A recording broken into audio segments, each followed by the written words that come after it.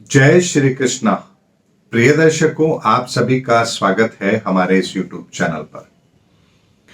दर्शकों, कल के वीडियो में मैंने आपको बताया था कि कुंडली के अंदर यदि राजयोग बन भी रहा है, कोई बहुत अच्छे योग बन भी रहे हैं, तो कौन सी वो कंडीशन है जिसके वजह से हमारे वो योग फलित नहीं होते हैं। ये तो हो गया एक हिस्सा जो हम देख चुके।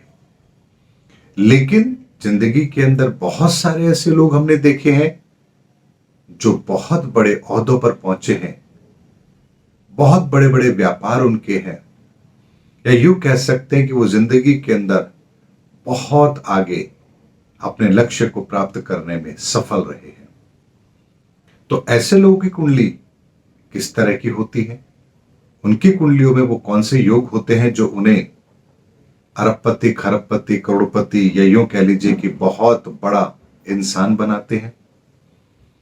तो दर्शकों, एक बात को समझते हैं, बिना योग के तो दर्शकों कुंडली के अंदर हमें कुछ भी बड़े रिजल्ट नहीं मिलते हैं, ये बात तो निश्चित है। लेकिन ऐसा भी नहीं है कि कुंडली के अंदर बहुत बड़े बड़े योग बनेंगे तभी आप जिंदगी के अंदर बहुत बड़े इंसान बनेंगे।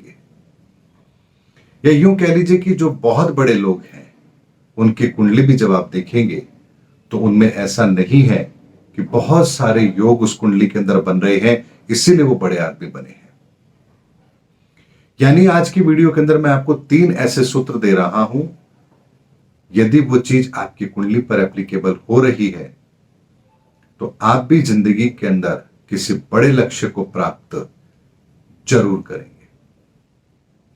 सबसे पहली बात कि आपकी कुंडली के अंदर कोई ना कोई एक योग अवश्य बनना चाहिए, चाहे वो बुध आदित्य योग हो, महालक्ष्मी योग हो, पंच महापुरुष योग हो, राजयोग हो, किसी भी तरह का कोई ना कोई एक योग तो आपकी कुंडली में जरूर होना चाहिए। ये सबसे पहला नियम है। यदि आप अपनी जिंदगी के अंदर बहुत बड़े बनना चाहते हैं तो आपको आपकी कुंडली के अंदर यह जरूर पता होना चाहिए कि आपकी कुंडली में कौन सा योग बन रहा है। नंबर 2, आपकी कुंडली में जो योग बन रहा है, आपका काम, आपकी सोच, आपका पुरुषार्थ उसी दिशा में होना चाहिए। यानी कि जो योग आपकी कुंडली में बन रहा है, यदि आपका कर्म, आपका पुरुषार्थ, आपका कार्यक्षेत्र उसके अकॉर्डिंग नहीं है तो भी आपके जीवन के अंदर उस तरह के परिवर्तन नहीं आएंगे जैसा आप चाहते हैं। इसलिए योग का बनना और उस योग के अनुसार ही आपकी जिंदगी के अंदर पुरुषार्थ का होना, ये 2 चीज बहुत जरूरी है। और नंबर 3, तीसरे नंबर पर आती है कि जिस समय पर उस योग के फलित होने का समय होगा वही समय आपकी जिंदगी के अंदर राजयोग को घटित करेगा। यानी आपकी कुंडली के अंदर राजयोग के घटित होने का समय भी होना चाहिए और वो किस कालखंड में होगा यह भी आपको पता होना चाहिए। यानी वो आपके बचपन के अंदर छोटी उम्र में आकर चला जाएगा, या जब आप युवा होंगे तब आएगा, या आप जब वृद्ध होंगे तब वो राजयोग घटित होगा। उसी के अनुसार आपके जीवन के अंदर राजयोग घटित होने का समय निर्धारित होगा। यदि बचपन में होगा तो आप बहुत बड़े संपन्न परिवार में पैदा होंगे और जन्म के साथ ही आपको चीजें मिलेंगी। यदि आप युवावस्था में उस राजयोग को घटित कराने का योग लेकर के आए हैं तो आप अपने पुरुषार्थ के बल पर बहुत आगे निकलेंगे। और यदि वृद्ध अवस्था में यदि वो राजयोग घटित हो रहा है तो या तो आपकी संतानें बहुत अच्छी निकलेंगी जो आपको राजयोग का फल दिलाएंगी, या फिर वृद्ध अवस्था के अंदर आप किसी ऐसे क्षेत्र को चुनेंगे जहां आपको श्रेष्ठ लाभ मिलेगा। इसीलिए दर्शकों, ये 3 कंडीशन यदि आपकी कुंडली में भी सही कॉम्बिनेशन के साथ हो रही है तो फिर आपका राजयोग घटित जरूर होगा और आप अपनी जिंदगी के अंदर बहुत बड़े आदमी जरूर बनेंगे।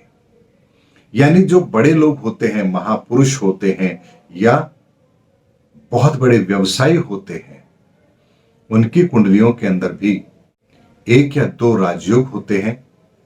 वो लोग अपनी जिंदगी के अंदर काम भी वही करते हैं और उनके जीवन के अंदर युवा अवस्था के अंदर ही वो महादशाएं भी उन्हें मिलती हैं जो उनके जीवन के अंदर राजयोग को घटित कराती है।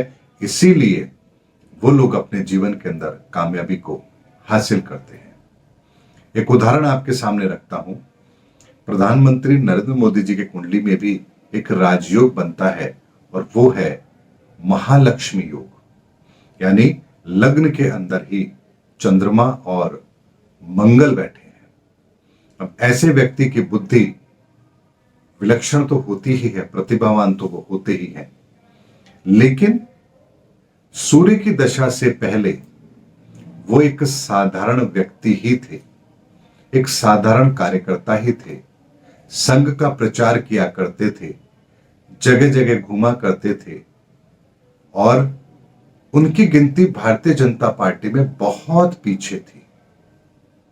लेकिन जैसे ही सूर्य की दशा आरंभ होती है, उनकी कुंडली के अंदर राजयोग घटित होने का समय आरंभ होता है और उन्हें गुजरात की जिम्मेदारी दी जाती है।